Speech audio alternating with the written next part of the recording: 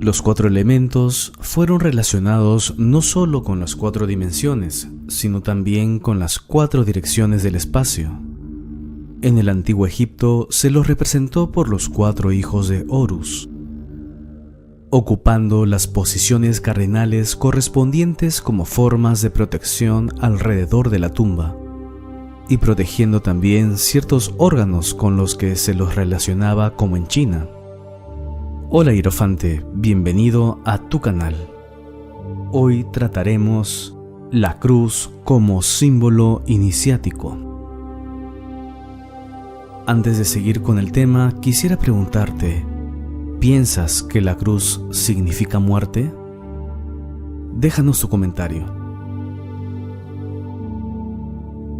Los órganos eran contenidos en los llamados vasos canópicos, cada uno de ellos portando en su tapa la efigie de uno de los cuatro hijos de Horus, el signo más simple y más ancestral de todas las culturas para representar los cuatro elementos, dimensiones o direcciones del espacio, es la cruz o su forma cerrada, el cuadrado.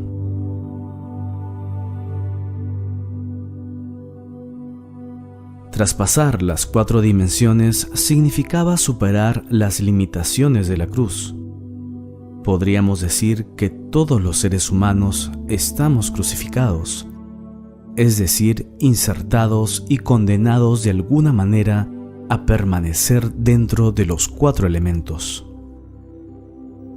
Superar la cruz supone, pues, cruzar al otro lado, pasar más allá.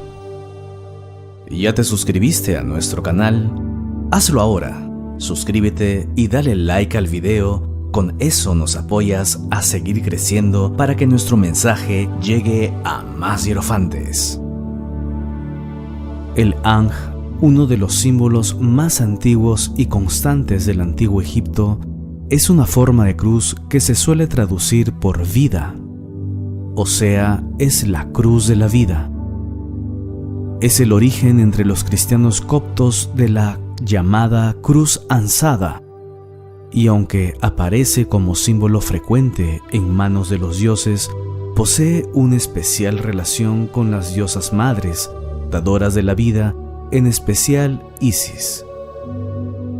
A veces se pueden ver representaciones en las que hay dos chorros cayendo cruzados sobre la cabeza del faraón o del iniciado, formados por pequeñas cruces de la vida a modo de protección mágica. Su simbolismo estaba relacionado con el paso a lo superior, a otra dimensión. En el terreno de la astrología y la alquimia, la cruz de la vida se utilizó como símbolo de Venus Afrodita. Basta recordar que en toda la antigüedad el planeta Venus, la estrella de la mañana, fue considerada la estrella de los seres superiores. Así, Jesús se identifica con ella.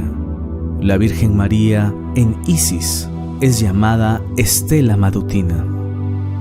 En la India, Shukra es relacionado con los Manasaputras o señores de la mente superior. En América con Quetzalcóatl, etc. El símbolo del planeta Tierra para la alquimia era un círculo con una cruz encima, mientras que el símbolo de Venus es un círculo por encima de la cruz. En otras palabras, en el primer caso representa la condición terrena por debajo de la cruz, es decir, sujeta a las cuatro dimensiones coordenadas de la cruz. En el segundo caso, el círculo de la cruz de Venus o Ankh está por encima de la cruz, es decir, representa el paso a una dimensión superior a la humanidad o a una quinta dimensión. Por eso el Ankh es la cruz de la vida eterna y por eso era dada al iniciado como reconocimiento del que había pasado, del que ha cruzado. En Egipto, otro símbolo relacionado es la balanza del juicio, que representa otra forma de cruz. Pasar el juicio es también cruzar al otro lado de la balanza. Por consiguiente, crucifixión, muerte, bajada a los infiernos, la duat de los egipcios y resurrección son ideas anteriores al cristianismo.